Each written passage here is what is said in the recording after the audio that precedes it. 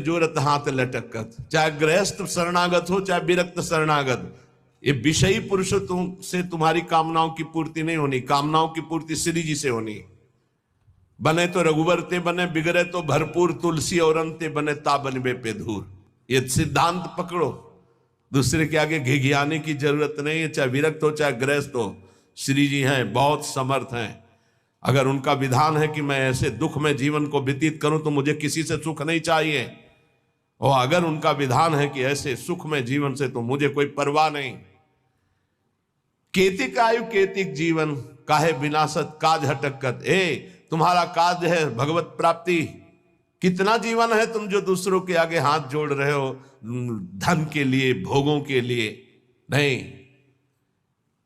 कितना जीवन है दूसरे की आस कर रहे हो। अरे लाडली लाल के चरणारविंद की महिमा तुम्हें पता नहीं है। प्रणत कामदम पद्मजार्जितम धरणि मंडनम ध्येयमापद, ये लालजू के चरणारविंद प्रणाम करने वालों की समस्त कामनाओं को पूर्ण। हमारी श्री जी चिंतामणि प्रणमताम ब्रज नागरी राम, गोरे चरणारविंद में जिसने माथा रख दिया उसके समस्त चिंतित भावों को पूर्ण करने वाली। एक है साकत संग अगिन्न लपट लपट जरत क्यों संगति की जय।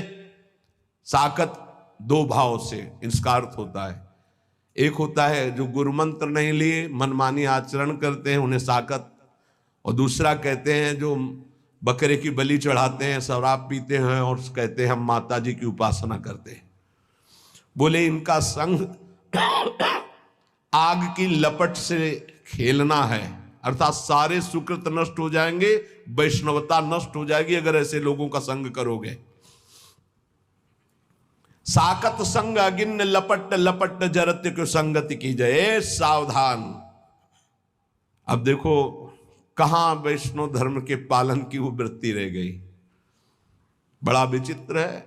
अगर वैष्णव उस परिवार में नहीं तो उस परिवार का अन्न नहीं खा सकते।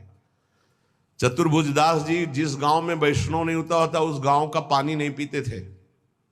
भगवान का कंठी तिलक धारण करने वाला कोई इस गांव में है नहीं तो उस गांव में रुकते ही नहीं थे, चले जाते थे।